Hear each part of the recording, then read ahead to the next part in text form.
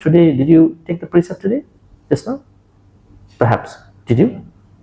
Or you jump into the Buddha Vandana? You jump because you believe that you are so sure that you have the precepts. Okay, interesting. Yeah, if you're so sure, why do you want to take it again? Perhaps the other understanding is that you are breaking all the time. You are taking all the time, taking all the time, breaking all the time. Take one time and then continue it.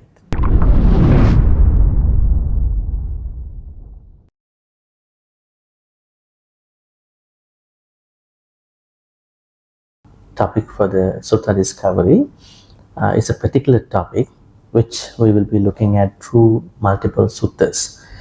A very straight topic is seeking sensual pleasure un-Buddhist. So, UN part is more academic, but I would say Buddhist, un-Buddhist. Are they Buddhist friendly or are they Buddhist is it Buddhist friendly or is it Buddhist unfriendly? Okay. I think the flyer, the lady is looking happily about having a looks like a dessert, maybe a salad. I don't know what is it. Anyway, happily looking at it. And then I think we are today going to dispel a popular misconception with regard to Buddhism. There are many popular misconceptions. I think if you look up those misconceptions online, you can see lots of misconceptions. But we have to dispel them in a very careful way, right? Otherwise, some other people might be disturbed, and then they might feel hurt. Now, say for instance, if we talk about certain things that you do through your cultures, and we are trying to say, this is the Buddhist version, this culture is wrong and incorrect, that might hurt people. So we have to discuss these things in a nice way, like we discussed the other day, a few months ago, about can our departed people communicate with us. And we said that this is the cultural Chinese way, and this is the Buddhist way. The idea is good, but the way you can do can be different. Not that one way is better than the other way. So in the same way, this topic, as many people, non-Buddhists, Buddhists, understand from a very traditional, conservative understanding. But if you look at different suttas scattered everywhere, you will see the Buddhist stand for the lay people. I'm not talking for the monks. Perhaps lots of Dhamma talks going around about this topic from a monastic suttas, where Buddha has a very clear stand about karmas, sensual pleasures. So perhaps this was the same thing that was given to the lay people, and lay people think that it is the same thing, right? So that's the place where the problems have started off. Now, the first thing is that sensual pleasure. How does it relate to a layperson? Now, what is the Pali word for sensual pleasure? Kama. K, long A, M A. This Pali word. Kama. Not kam. Okay. What is it? Kama. K, long A, M A. Kama. And there's another word called Kama Raga. This Pali word is meant for lust, in particular. Kama and Kama Raga. But the Pali word Kama also implies Kama Raga too. But there are places where lust is particularly discussed. Now let's take a very simple context for this topic. Where do you see teachings about sensual pleasure in your lay life in regard to your Dhamma practice every day?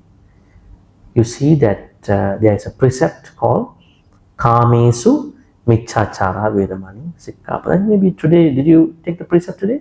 Just now? Perhaps. Did you? Or you jump into the Buddha Vandana? You jump because you believe that you are so sure that you have the precepts. Okay, interesting. Yeah, if you're so sure, why do you want to take it again?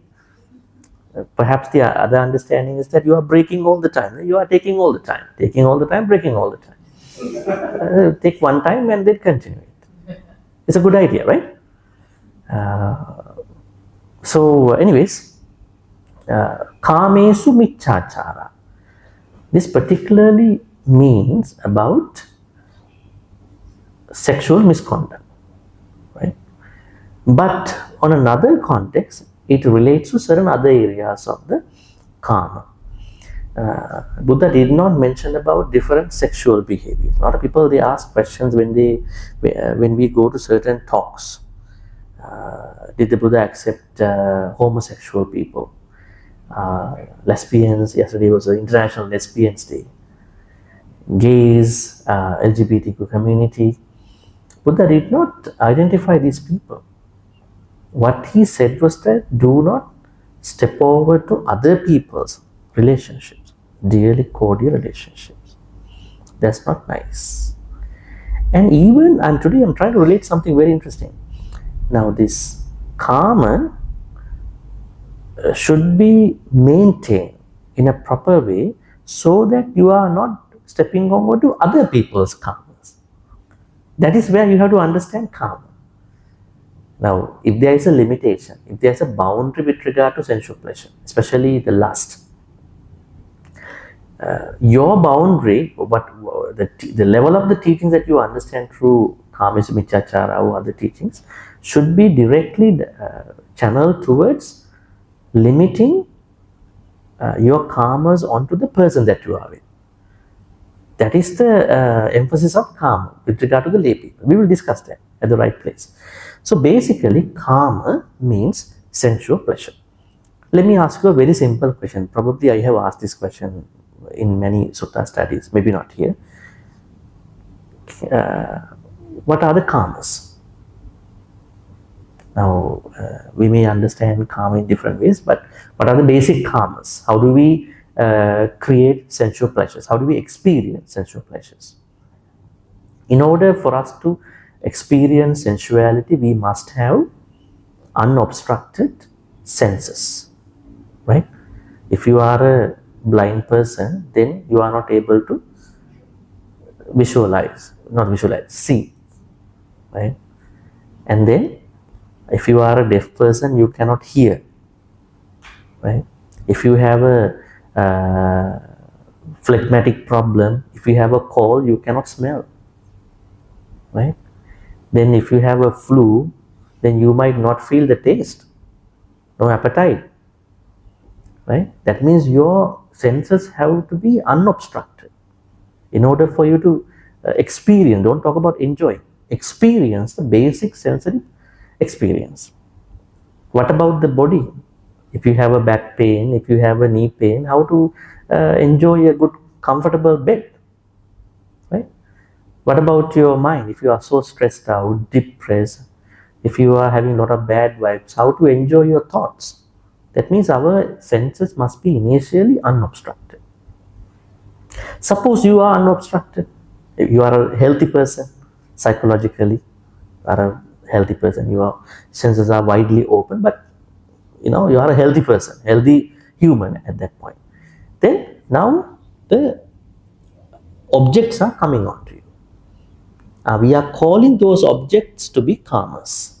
What are they? Sights, sounds, smells, tastes, touches, and then thoughts. They are the karmas. We call them rupa, saddha, gandha, rasa, pottabha, dhamma. Right? These are the karmas. And then the Buddha identifies this way two types of karmas. We can say two forms of karmas. There are six karmas, but the way how we are creating karmas are twofold. One is vattu karma, other one being kilesa karma. What does vattu karma mean?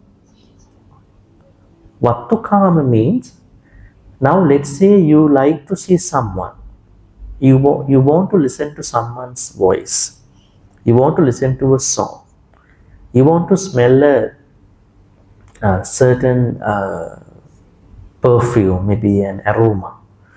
You want to taste a food. At that point, you have objectified a certain item, certain object. Does it normally happen to us? Yes, that is how we make the reference to our calm experience. Right? Rather than people like many people as a whole, people would like to specifically like someone. Rather, people would like to eat everything in the whole store. They want to specify, this is what I really want to eat. So they want to specify their karma. This is what happens initially when the external objects, those karmas are coming to us. So we are creating vattu karma, objectify sensual pleasure as an object. We are objectifying that item. This is okay. I'm not going to read all that. Read it if you want. So this is happening to all of us. This is normal. What to come? As lay people, you are supposed to go through this experience. Then